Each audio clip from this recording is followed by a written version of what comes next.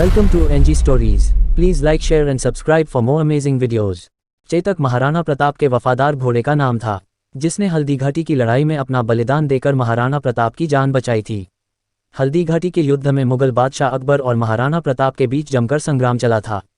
इस युद्ध के दौरान महाराणा प्रताप का बड़ा सहयोगी माना जाने वाला उनका घोड़ा चेतक भी हमेशा के लिए इतिहास के पन्नों में दर्ज हो गया। माना जाता है कि चेतक बहुत ही समझदार और वीर घोड़ा था। हल्दी घाटी के युद्ध में मुगल सेना से अपने स्वामी महाराणा प्रताप की जान की रक्षा के लिए चेतक 26 फीट गहरे दरिया से कूद गया था।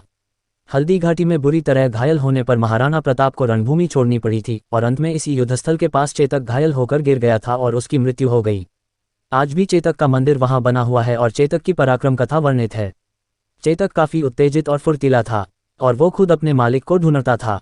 चेतक ने महाराणा प्रताप को ही अपने स्वामी के रूप में चुना था। कहा जाता है कि महाराणा प्रताप और चेतक के बीच एक गहरा संबंध था।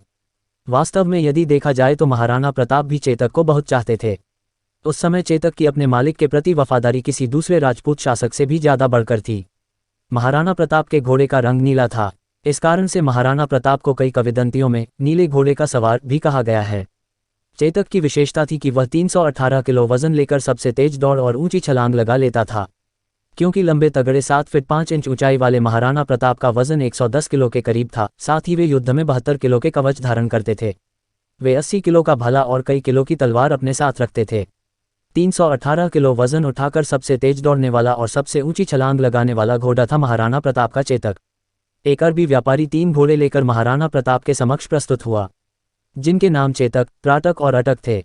राणा ने उन तीनों घोड़ों का परीक्षण किया, जिसमें अटक मारा गया, त्राटक और चेतक बचे, जिसमें चेतक ज्यादा बुद्धिमान और फुर्तीला था।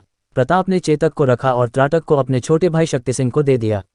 एक बार उनके पीछे मुगल सैनिक लगे हुए थे, परंतु चेतक ने अपना पराक्रम दिखाते हुए रास्ते में एक 26 फीट बहते हुए पहाड़ी नाले को लांघकर प्रताप को बचाया, जिसे मुगल सैनिक पार नहीं कर सके। चेतक द्वारा लगाई गई यह छलांग इतिहास में अमर हो गई। इस छलांग को विश्व इतिहास में नायाब माना जाता है। चेतक के मुंह के आगे हाथी की सूंड लगाई जाती थी। चेतक की यह कविता बहुत ही प्रसिद्ध है। रणबीच चौकड़ी भर भर कर चेतक बन गया निराला था। राणा प्रताप के घोड़े से पड़ गया हवा का पाला था, जो तनिक हवा से बाग हिली लेकर सवार उठ जाता था। राणा की पुतली फिरी नहीं, तब तक चेतक मुड़ जाता था। अपने मालिक की अंतिम सांस तक वह उन्हीं के साथ था और युद्धभूमि से भी वह अपने घायल महाराज को सुरक्षित रूप से वापस ले आया था।